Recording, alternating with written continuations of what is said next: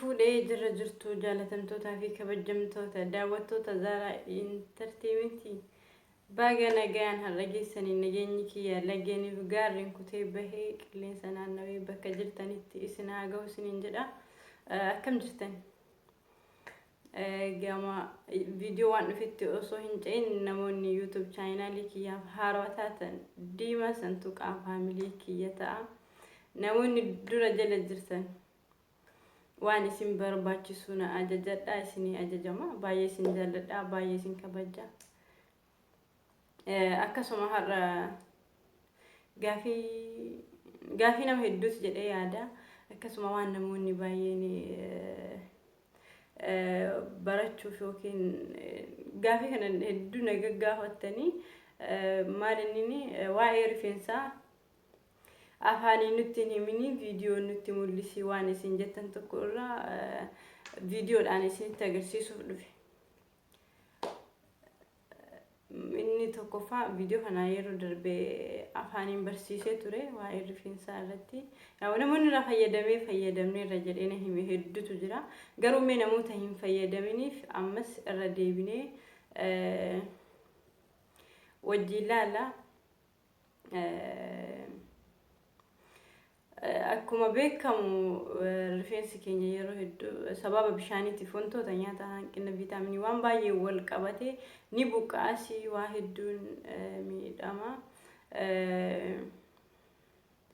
Haala tokko tokkoon akka rifeensi keenya nu jalaa hin tabalaashaan yookiin istireetii tokko malee isin istireetii ta'u.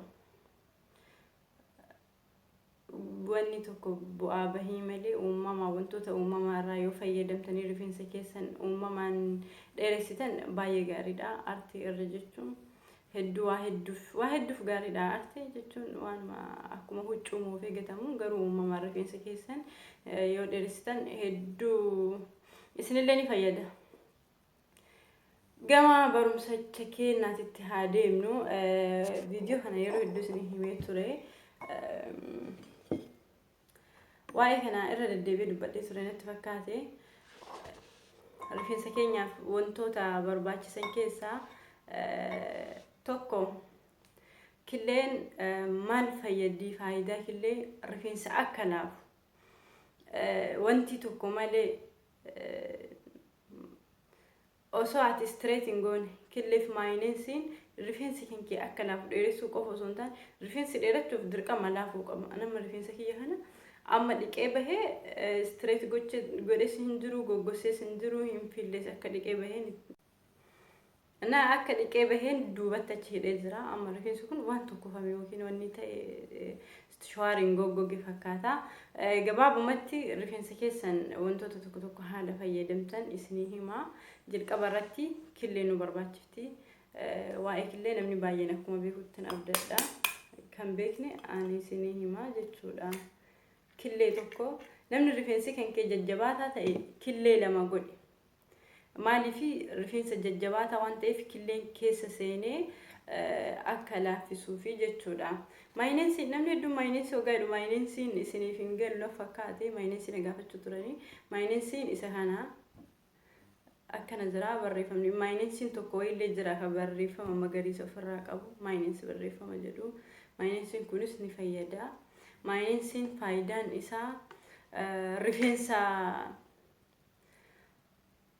rifeensa laaffisuuf baay'ee nu fayyada. Dheeressuuf illee rifeensa viitaaminii rifeensaatiif illee jechuudha.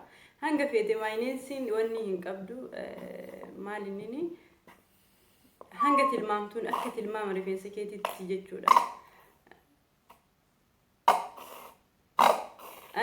Amma xiqqoo fayyadamee baay'ees fayyadamu waan hin barbaanneef jechuudha. Lammaffaa maayineensiidha. Sadaffaa maal inni waan jedhu sadaffaa daa'ima rifeensaaf inni dheeressa akka daa'imni rifeensa dheeressu namni baay'een ni beeka. Daa'imni rifeensa hin arreessaa gaafii kana namoota baay'ee na gaafachuu ture. Yoo wantoota kana walitti miksii gootee fayyadamte hin arreessu jechuudha. Yoo miksii hin godhini eeyyeen ni arreessa garuu dirqama miksii gochuu qabda. Dammi kiyya baay'ee miti. Hanga dammi gadi siquuf maal fayyadamna? Zayituunii. Faayidaan zayituunii maalidha? rifeensa dheeressuu rifeensa kan caccabni dhuu zayituuniin kana malis ka biraa jira zayituunis finnee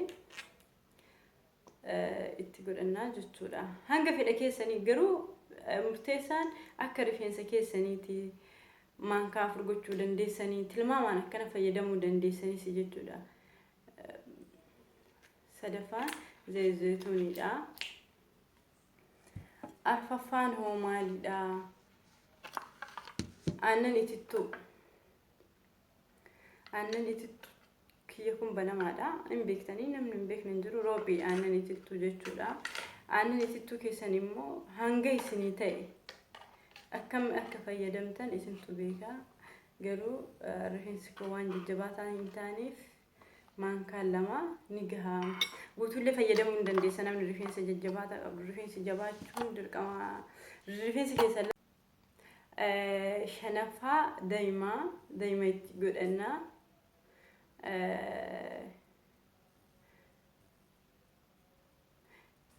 faayidaa daa'imaa hin beektanii natti fakkaate killeef maayineensi rifeensi keessan akka laafu isin fayyaddi dheeressuu qofa osoo hin taane akka laafuuf baay'ee isin fayyaddi jechuudha laaltanii haala sana irraa fayyadamuu dandeessanii egasii akkamitti fayyadamna waan jedhuuf akkanumatti walitti miksii gootanii jechuudha waan biraa uummata akka isin hin barbaachisu isuma miksii gootanii fayyadamtanii asii fuutanii ni dibattu namni suuqiin biratti argamtu wanni kana biti fayyadamii foolii ishee baay'ee urgaa shunkurtii adii yookiin qullubbii kan jedhamtu turre jira piikcherri akka wantoonni kun foolii hin baafne fiddee ishee xiqqoo xaphitti goota amma wantoonni kun foolii isaa sitti hin ajaawu yookiin foolii rifeensa keetii hin balleessu jechuudha isa kana akkana miksii gootanii hin fayyadamtanii yeroo fayyadamtan san rifeensa keessan seeraan masaajii gootanii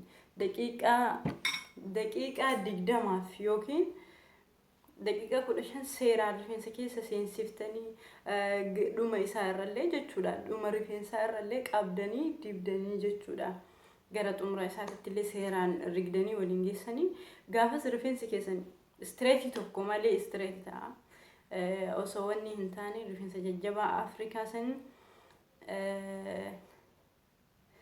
akka rifeensa namni uumama rifeensa jajjabaa qabdu rifeensi keenya akka straight siif ta'uuf si fayyada seeraan irraa fayyadamtanii jennaan torbetti haala lama dibadha namni yeroo qabdu wantoonni kun baay'ee rifeensa dheeressuuf isin fayyada garuu si'a lama sadii dibattanii dheeressuu dide waan jedhu osoo hin taane irra deddeebitanii tika dibattan jechuudha je keessatti faayidaa isaa hin argitan hin laafasii hin dheeratasii seeraa irraa fayyadama rifeensa laaffisuun dirqama rifeensa kan kee dheerachuuf garuu laafuus si barbaachisa waan ta'eef dursitee rifeensa kan kee laaffisuun si barbaachisa hoggaa wantoota kana fayyadamtu killee lama godhii namni rifeensa baay'ee jajjabaataa qabduu fi rifeensi kan kee baay'ee ta'e rifeensi jajjabaataa rifeensi gabaabaa inni fixa maayineensi itti baay'isii haala saniin fayyadami